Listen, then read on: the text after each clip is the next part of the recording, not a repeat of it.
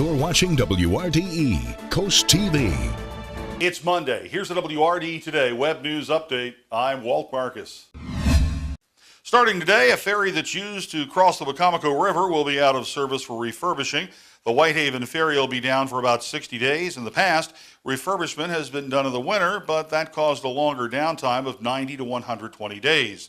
By performing the work now, crews expect to have less downtime and get the job done faster. If you need updates and more information, you can call the ferry hotline. It's 410-543-2765.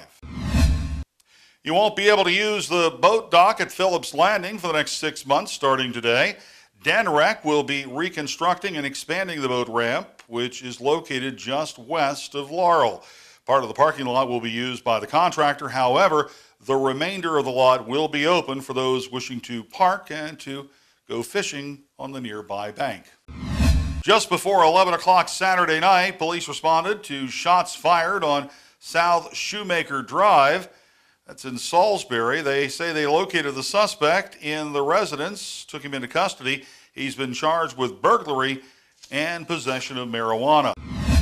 It was not a good evening for the owner of this sailboat. It ran aground at 135th Street in Ocean City. No word on when it'll be removed. One man is dead after a stabbing in Salisbury. Police say it happened on the 500 block of Swan Road. Emergency crews responded to find two victims with stab wounds.